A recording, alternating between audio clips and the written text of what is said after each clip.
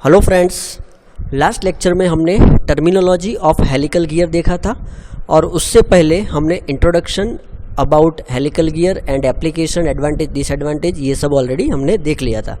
तो helical gear की terminology जो है वो बहुत इंपॉर्टेंट है। तो होप आपको ये टर्मिनोलॉजी सब क्लियर होगी। Helix angle, then transverse circular pitch, transverse module, then normal circular pitch, normal module, ठीक है। और ये सब जो रिलेशन हमने देखे थे इसके बीच में, तो ये भी आपको समझ में आ गया होगा, आपने किया होगा, ठीक है। Face width, contact ratio, gear ratio, axial distance. Now आज हम देखने वाले हैं एग्जाम्पल। तो ये जो एग्जाम्पल है ये टर्मिनोलॉजी के बेस पे ये एग्जाम्पल किया है। So a helical gear pair have a pinion having teeth 18, okay. तो यहाँ पे 18 टीथ दिया हुआ है पिनियन, ओके। पिनियन है यहाँ पे, उसके टीथ जो है वो 18 दिए हुए हैं।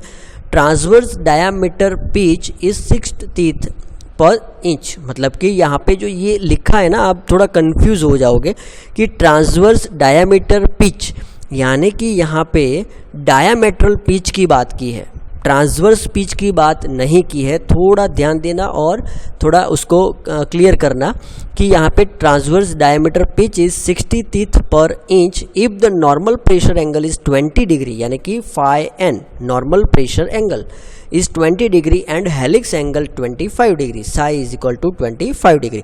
काफ़ी सारी बुक में आपको ये सिंबल जो है वो अलग मिल जाएगा, ठीक है।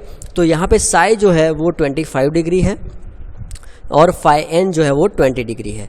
अब यहाँ पे चलते हैं, सबसे पहले पिच सर्कल डायमीटर हमें फाइंड आउट करना है, ठीक है। यहाँ पे दिया है द पिच सर्कल डायमीटर, वो हमें फाइंड आउट करना है।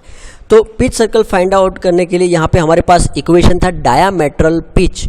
अगर आपने स्पर गियर की डिज़ाइन की होगी तो circular pitch and diametral pitch ये दोनों अलग अलग थे। Circular pitch is equal to क्या था, पाई इंटू एम, यानी कि pi into D by Z. और यहाँ पे डायामेट्रल पिच है, it is the reverse of module, okay, यानी कि Z by D, Z P that means the number of teeth on pinion and D P that is the pitch circle diameter of pinion. तो यहाँ पे P D is equal to Z P upon D P.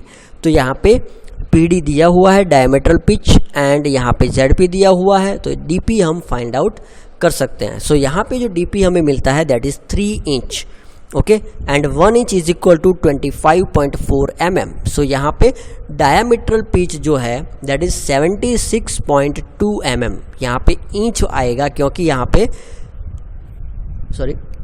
तो यहाँ पे 6 जो है वो 6 teeth per inch दिया हुआ है इसीलिए, ओके। सो यहाँ पे बेसिकली इस तरह से हमें डायमीट्रल पिच मिलेगा। उसके बाद ट्रांसवर्स पिच, तो ट्रांसवर्स पिच के लिए हमारे पास इक्वेशन था डायमीट्रल पिच, सेम इक्वेशन हम यूज़ कर सकते हैं, is equal to 1 upon transverse module, ठीक है। क्योंकि जैसे मैंने आपको बताया module is equal to what, D by Z. So module is equal to D by Z. तो यहाँ पे क्या होगा, अगर ये जेड को नीचे ले जाए, D P divide by Z P करे, तो ये क्या होगा, एम पी, ठीक है, मॉड्यूल हो जाएगा ना। सो यहाँ पे ये मॉड्यूल को नीचे कन्वर्ट कर दिया है 1 upon M T. So M T is equal to 1 upon P D T. So 1 upon 6 is equal to इतना इंच हमें आंसर मिलेगा। आंसर सब इंच में मिलने वाले हैं, उसको हमें एम में कन्वर्ट करना है। So into 25.4। तो यहाँ पे जो ट्रांसवर्स मॉड्यूल मिलेगा वो हैगा 4.233 mm, okay. So transverse pitch हमें फाइंड आउट करनी है, तो transverse pitch is equal to pi into M T. So pi is equal to is equal to pi into 4.2 means transverse pitch is equal to 13.3 mm। आपको calculator साथ में लेके बैठना है, ठीक है। और ये सब कैलकुलेशंस जब आप देखो एग्जाम्पल तो पॉज करके आपको कैलकुलेशन भी साथ में करते जाना है, ठीक है। नाउ नॉर्मल पिच, तो नॉर्मल पिच का जो इक्वेशन था P N is equal to P T into cos psi. So P T जो हमने फाइंड कर दिया, cos psi is equal to psi यहाँ पे 25 दिया हुआ है। सो पी एन जो हमें मिलेगा that is 12.053 mm। Axial normal pitch जो है वो है 12.053 mm, ओके। उसके बाद axial pitch P A is equal to P T upon 10 psi. So P T की वैल्यू हमें मिल गई है, साई हमारे पास है, तो हमें यहाँ पे एक्सियल पिच मिल जाएगा, ठीक है।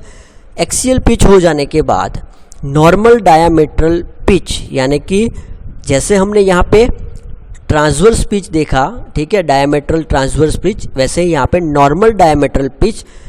तो डायमेट्रल पिच में नॉर्मल यानी कि 1/mn, तो mn is equal to mt cos psi, ठीक है, ये रिलेशन में हमने देखा था। सो 1/4.2 इंटू cos 25, सो यहाँ पे 0.26066 टीथ पर mm। तो यहाँ पे उसको अगर इंच में कन्वर्ट करते हैं, इंच एक्चुअली यहाँ पे mm है और यहाँ पे हमने क्या किया है, इंच में कन्वर्ट किया है।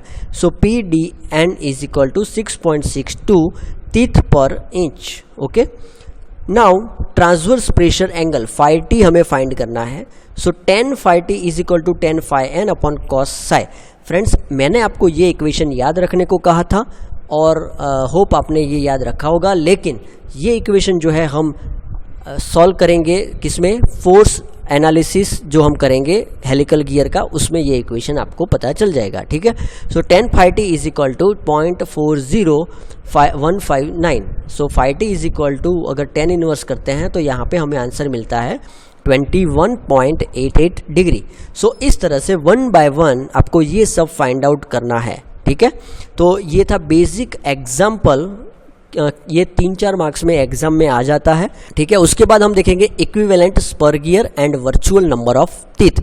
ये हमें क्यों फाइंड करना होता है वो मैं थोड़ा बेसिक इंट्रोडक्शन आपको दे देता हूँ कि यहाँ पे जो हेलिकल गियर है ना, उसमें हेलिक्स एंगल रहते हैं, ठीक है, उसके टीथ जो है कुछ एंगल पे रहते हैं। तो स्पर गियर में ये टीथ जो है वो स्ट्रेट रहते हैं। तो अगर हम इसका जो नॉर्मल प्लेन को कंसीडर करें, ठीक है, और उसको वर्चुअल नंबर ऑफ टीथ अगर हम ले लें, यहाँ पे लिखा है pitch circle of equivalent spur gear, ठीक है। तो यहाँ पे जो स्पर गियर के इक्विवेलेंट अगर लेते हैं तो फिर उसकी डिज़ाइन जो है वो थोड़ी इजी हो जाएगी। तो इसीलिए ये जो है equivalent spur gear and virtual यानी कि फॉर्मेटिव नंबर ऑफ टीथ, इसके बारे में हम नेक्स्ट लेक्चर में देखने वाले हैं। तो अभी जितना किया वो आपको ड्राइंग भी करना है और उसकी डेफिनेशंस और वो सब अच्छी तरह से लिखना है, ठीक है। Thank you. जय हिंद, जय भारत।